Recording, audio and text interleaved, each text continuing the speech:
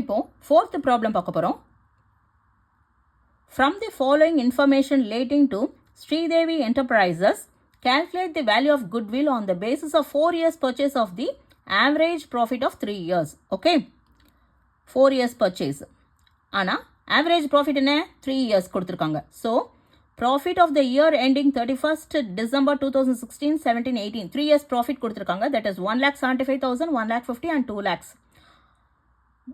3 years ஓட profit கொடுத்துருக்காங்க. 4 years purchaseல போடணும். Okay. So, next, non-recurring income of 45,000 is included in the profit of the year 2016. Okay.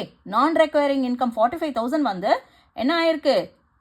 Profit வந்து include ஆயிருக்கு 2016ல. Okay. 2016ல 45,000 include ஆயிருக்கு. Okay. Then, the closing stock of the closing stock of the year 2017 was overvalued by 30,000. 2017 ஓட closing stock வந்து என்ன பண்ணிருக்காங்க? Over வேல்யூனா என்ன பண்ணிருக்காங்க? அதிகமாக போட்டிருக்காங்க 30,000. ஓகே, ஸோ இப்போ வேல்யூவேஷன் ஆஃப் குட்வில் கண்டுபிடிக்கணும். ஓகே, நான் fourth problem.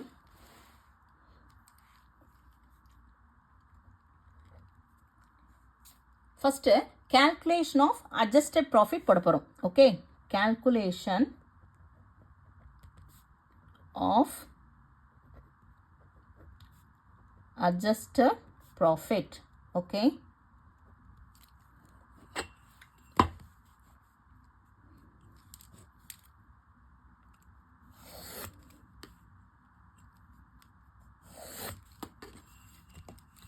particulars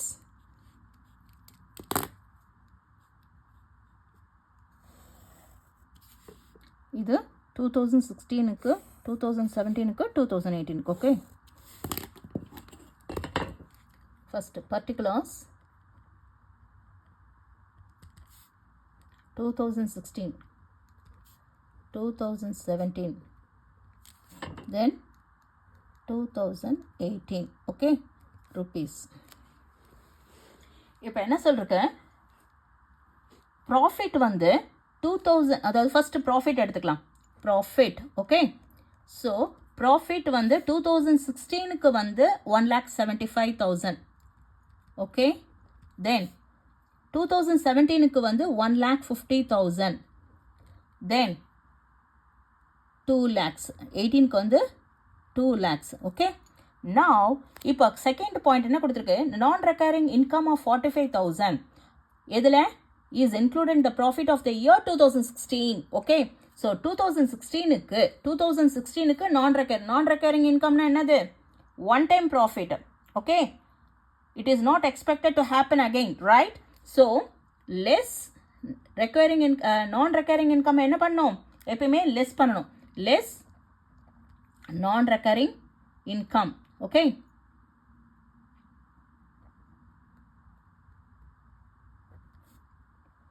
non-recurring income வந்து அதாவது 2016க்கு மட்டும்தான் 45,000. ஸோ 45,000 17க்கு இல்லை, 18க்கு இல்லை. ஸோ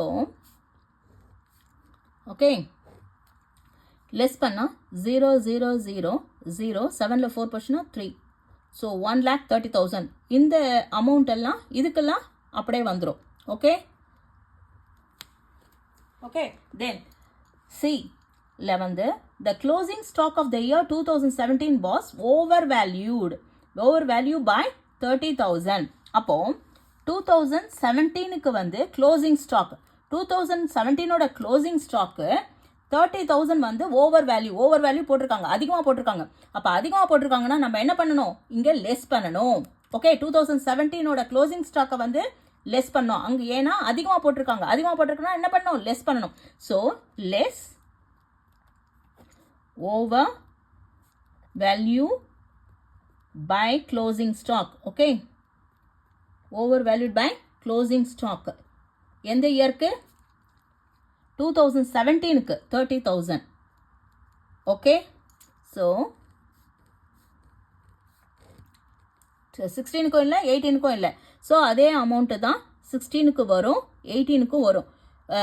இது வந்து லெஸ் பண்ணிட்டா 1,20,000. ஓகே, நவ் இப்போ 2017ஓட க்ளோசிங் ஸ்டாக் நெக்ஸ்ட் இயருக்கு ஓப்பனிங் ஆகுமா, ஓப்பனிங் ஸ்டாக் ஆகுமா? 2017ஓட க்ளோசிங் ஸ்டாக் வந்து 2018க்கு ஓப்பனிங் ஸ்டாக் ஆகும். ஓகே, ஸோ அதுவும் என்ன பண்ணும், அங்கே லெஸ் பண்ணுறதுனால இங்கே ஆட் பண்ணிக்கலாம்.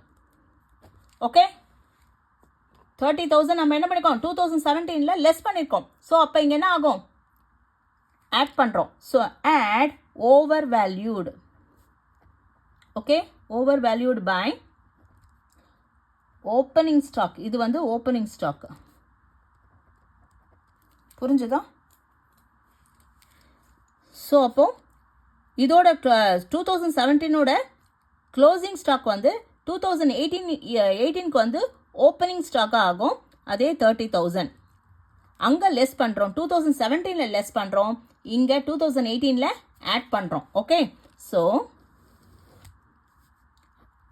2016ல் அதே அமௌண்ட், 2017ல் அதே அமௌண்ட், இங்கே 2,30,000. ஓகே, இது ப்ராஃபிட். ஓகே, ஸோ இப்போ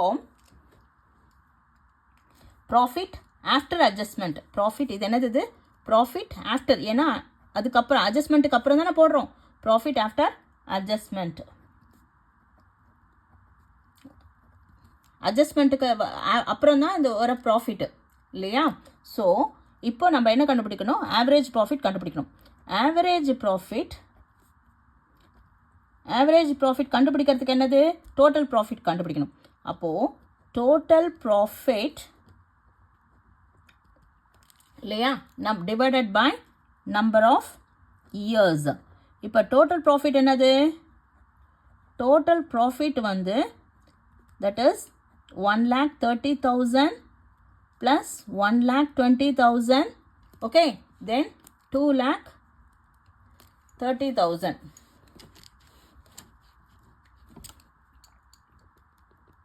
ஆட் பண்ணால் என்ன வரும், 0 0 0, then 0 3 plus 3 6, 6 plus 2 8, then 2 4, 4,80,000. 4,80,000 divided by எத்தனை years கொடுத்துருக்கு, 3 years. So divided by 3, which gives 3 times 1 is 3, right? Then என்ன இருக்கும், 1 18 இருக்கும். 18 6, right? 0 0. okay, so 1,60,000. இது என்னது, average profit. Okay, average profit என்ன கொடுத்துருக்கு, கிடச்சிருக்கு 1,60,000. இப்போ குட்வில் எப்படி போடுவோம், goodwill equals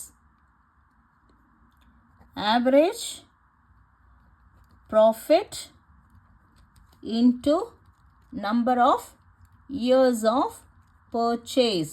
okay, average profit 1,60,000 into number of years of purchase வந்து 4 years பர்ச்சேஸ்ன்னு கொடுத்துருக்காங்க. ஸோ 4 yearsனா 0 0.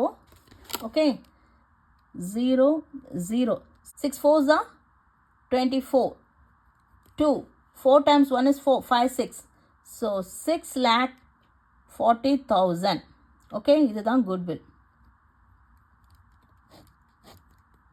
ருபீஸ். ஓகே, ஸோ இப்போ என்ன சொல்லிருக்கு, calculation of adjusted profit. Okay, இப்போது அவங்க ப்ராஃபிட் கொடுத்துருக்குறாங்க. Okay, so non recurring income வந்து எப்பயுமே லெஸ் பண்ணணும். So particular year that is 2016க்கு மட்டும்தான் அவங்க என்ன கொடுத்துருக்காங்க, நான் ரெக்கரிங் இன்கம் கொடுத்துருக்காங்க. ஸோ 2016க்கு மட்டும் லெஸ் பண்ணிவிட்டு மீதி 17 18 அப்படியே போட்டுக்கிறோம். நெக்ஸ்ட்டு க்ளோசிங் ஸ்டாக்கை வந்து ஓவர் வேல்யூ கொடுத்துருக்காங்க. க்ளோசிங் ஸ்டாக் 2017ஓட க்ளோசிங் ஸ்டாக் வந்து ஓவர் வேல்யூ பண்ணியிருக்காங்க. அப்போ ஓவர் வேல்யூனா அதிகமாக அங்கே போட்டிருக்காங்க இல்லையா, அப்போ நம்ம அட்ஜஸ்ட் பண்ணுறோம் இங்கே. ஸோ அப்போ இங்கே லெஸ் பண்ணுறோம். எப்போ 2017ல். ஸோ லெஸ் பண்ணிவிட்டு போடணும். ஓகே, நெக்ஸ்ட்டு இந்த 2017க்கு க்ளோசிங் ஸ்டாக் போடுறோம் இல்லையா, அதோட 2017ஓட க்ளோசிங் ஸ்டாக் வந்து 2018க்கு ஓப்பனிங் ஸ்டாக்காக ஆகும். அப்போ அங்கே லெஸ் பண்ணுறதுனால இந்த 2018ல் நம்ம என்ன பண்ணுறோம், ஆட் பண்ணுறோம். ஓகே, இப்போ நம்மளுக்கு கிடச்சிருக்க வந்து ப்ராஃபிட் ஆஃப்டர் அட்ஜஸ்ட்மெண்ட். ஓகே, 1,30,000, 1,20,000, 2,30,000 இதெல்லாம் என்னது ப்ராஃபிட் ஆஃப்டர் அட்ஜஸ்ட்மெண்ட். இப்போ ஆவரேஜ் ப்ராஃபிட் கண்டுபிடிக்கிறோம். ஆவரேஜ் ப்ராஃபிட் எப்படி கண்டுபிடிக்கணும்? Total profit divided by number of years. Average profit எப்படி கண்டுபிடிக்கணும்? Total profit divided by number of years. அப்போ number of years total profit என்னது? 1,30,000 ப்ளஸ் 1,20,000 ப்ளஸ் 2,30,000. இது மூணுத்தையும் ஆட் பண்ணால் டோட்டல் ப்ராஃபிட் கிடைக்கும். டிவைடட் பை எத்தனை இயர்ஸ்? 1, 2, 3 இயர்ஸ் கொடுத்துருக்காங்க. ஸோ டிவைடட் பை 3 பண்ணால் 1,60,000 ஆவரேஜ் ப்ராஃபிட். ஓகே, இப்போ குட்வில் எப்படி கால்குலேட் பண்ணும்? Average profit into number of year of purchase. Average profit வந்து 1,60,000 இன்ட்டு 4 இயர்ஸ் பர்ச்சேஸ் கொடுத்துருக்கு. அப்போ இன்ட்டு 4 இஸ் 6,40,000 வந்து குட்வில். Okay, that's it.